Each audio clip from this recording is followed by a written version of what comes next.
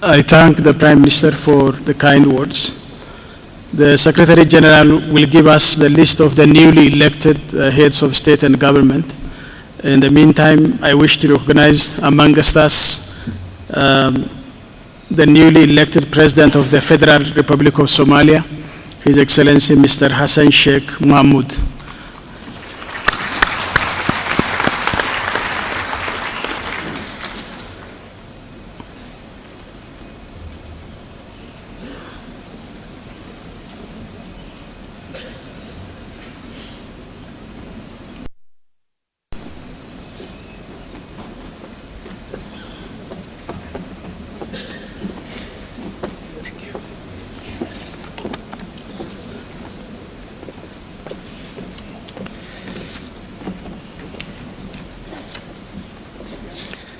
His Excellency Haile Mariam Sanye, Prime Minister of the Federal Democratic Republic of Ethiopia, newly elected chairperson of Mwenyekiti mpya wa Umoja wa Afrika, Mheshimiwa mwenyekiti wa Umoja wa Afrika anayemaliza muda wake, Mheshimiwa Ban Ki-moon, katibu mkuu wa Umoja wa Mataifa, Mheshimiwa Dr.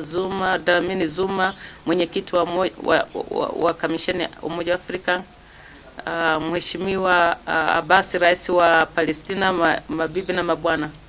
Kwanza kabisa napenda kutoa shukrani zangu kwa watu na serikali ya Ethiopia kwa ukarimu wao kwangu mimi na ujumbe wangu katika mji huu mkuu wa Addis Ababa. Ningependa pia kuwapongeza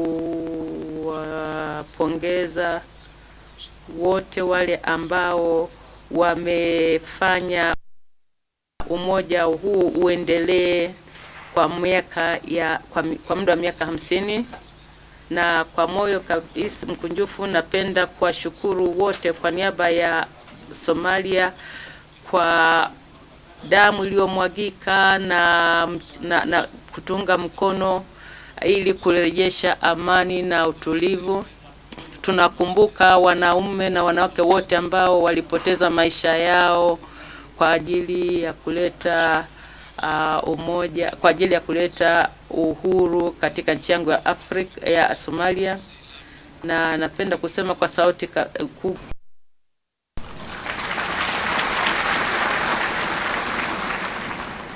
Ladies and gentlemen,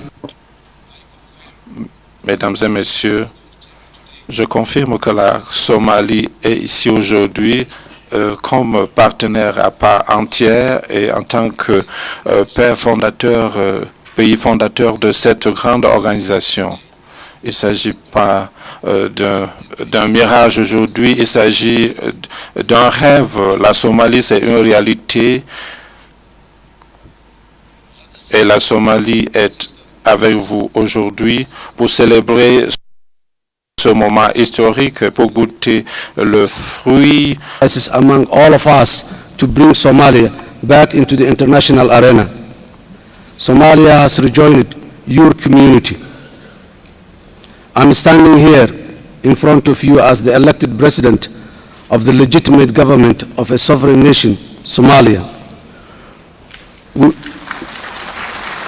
Who would have thought even 1 year ago that this long dark period of our history would lead to the successful and peaceful establishment of the cornerstones of a new democracy, a parliament with an elected speaker of the House, an elected president, a lean, functioning and effective cabinet led by a prime minister.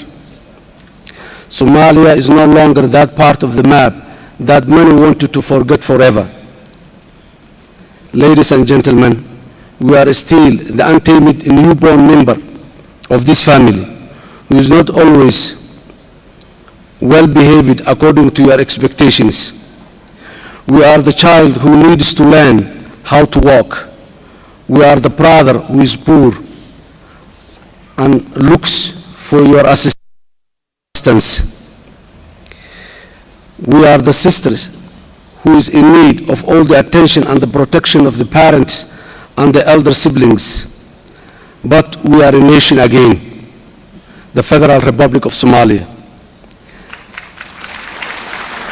The way forward will be bumpy and challenging, and we will face many setbacks, but let me recall our achievements and outline our vision for the future.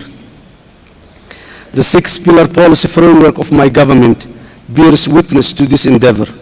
A high-level policy committee that we have established will see this vision through, for which I will remain personally accountable. Security remains the key challenge. Our joint campaign against extremism and piracy is not over. AMISOM must be strong and well equipped to carry on and free the remaining occupied territories with a strong, motivated Somali National Army and our other friendly forces inside Somalia. The remaining of the enemy must be eliminated and be pursued relentlessly to give peace to Somalia, to enable our forces to perform and ultimately take over the responsibility of securing our country. Adequate funding from both locally and internationally must be available. The UN arms embargo must be lifted to allow our forces to rise up to standard. We engage for better discipline, due diligence on human rights, and respect for international conventions. The security sector as a whole needs support as recently stipulated by many continental and international platforms. Progress has been made in Mogadishu to better secure the city and move against the irregular forces. This success must be repeated throughout the country. Insecurity destroyed our country. Security must be rebuilt our nation. As for piracy, a significant progress has been made and the threat has been reduced through local engagement and a robust international effort. We thank you, but also appeal to our friends and partners to continue to invest the security forces of Somalia and the forces that have been contributed by Africa to stabilize Somalia. I remain concerned about the human security, access to service delivery, human rights, and basic amenities must be enshrined in all our life in Somalia.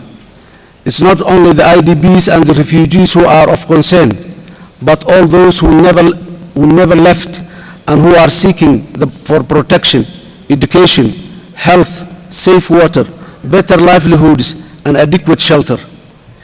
Billions have been spent to save lives over the past 2 decades. The United Nations, the OIC, hundreds of international and local NGOs, and many friends have helped our people in taking incredible risks to save us from the disaster. Many humanitarians made the ultimate sacrifices for our people. Again, we can only say thank you. We need to move on and build our capacity to deal with our own affairs. Our institutions are weak or non-existent in many areas, but we need robust support and advice in setting up the necessary strength to bring genuine change to the individual households in Somalia. The level of abuse and violence amongst our people remain unacceptable. We must recover our dignity by reducing these abuses and violence. We must enforce our Somali Code of Conduct. We must restore a society which is based on human rights and is free from fear. Somalia remains fragile and is suffering from the effects of climate change as well. There has to be more investment into the institutions and the people if we want to stabilize and build upon the recent security successes.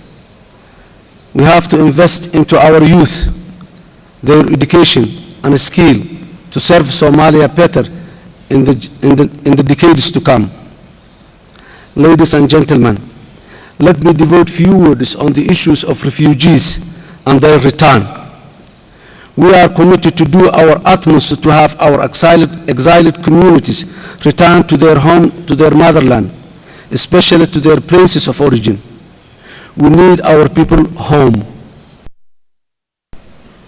However, as long as there are remaining pockets of insecurity in southern parts of Somalia and elsewhere, this will prove challenge. But we should all be confident that a voluntary and gradual return of the refugees will become a dream come true in the near future. Many are now already returning to Mogadishu and other cities in Somalia. The number of flights bringing returnees to Mogadishu and elsewhere has multiplied in recent months. The trickle will come a wave if we succeed. Project Somalia. I would like to say, dear neighbors, please be patient a little more, just a little longer. May I suggest that we establish a trilateral commissions involving host country, the UNHCR and my government to work together on a durable solutions for the return of the refugees. I would also like to invite the host countries and the United Nations to have a regional consultation on the issue of refugees later this year. Governance is crucial.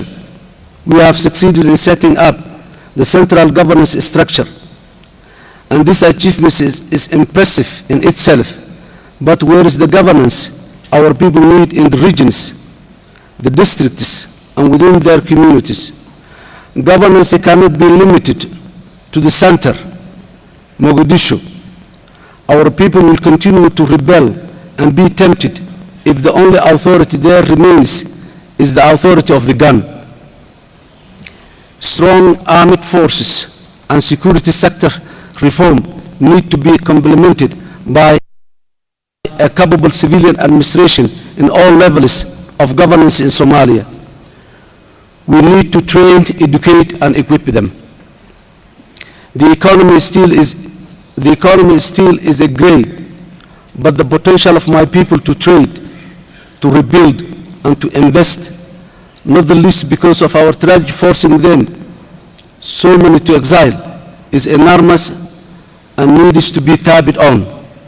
This potential needs to benefit our nation, not only the individuals.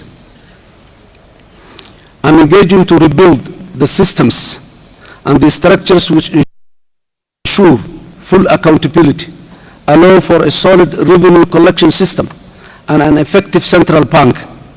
We need an environment which allows the private sector to thrive. We will need a support from the international development banks and the financial sectors. Discussions to this effect are underway. We need foreign direct investment to partner with our business community, and here I call on African entrepreneurs to become more active in Somalia. We need you. Our livestock, our agricultural sector, our mineral resources are all, and also our human capital, provide ample opportunities for this continent and the world at large. Investment in the manufacturing of leather, energy, garments, sector, etc., are enormous potentialities in Somalia right now. In the fight against corruption, I engage my government to go beyond its best. Stern action will be taken and anti-corruption measures will be enforced in Somalia. Ladies and gentlemen, let me conclude in reiterating my strong desire for a close partnership and cooperation with the international community and particularly with our African neighboring countries. I have held excellent consultations during my recent visit to Djibouti, Ethiopia, Kenya, Uganda, and Sudan.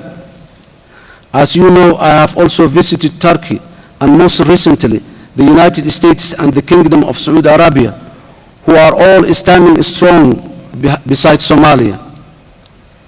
The warmth and the welcome received during all my visits has been encouraging and give us hope.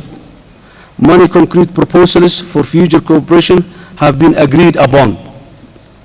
I wish to invite all who have not done so to re-establish their diplomatic missions in our capital, Mogadishu. All support and security will be provided. We need your presence in Mogadishu. We need your cooperation at this particular time. Ladies and gentlemen, thank you for opening your arms to my country, our nation, our people, our Somalia, to all international platforms for the last 2 decades. I thank you.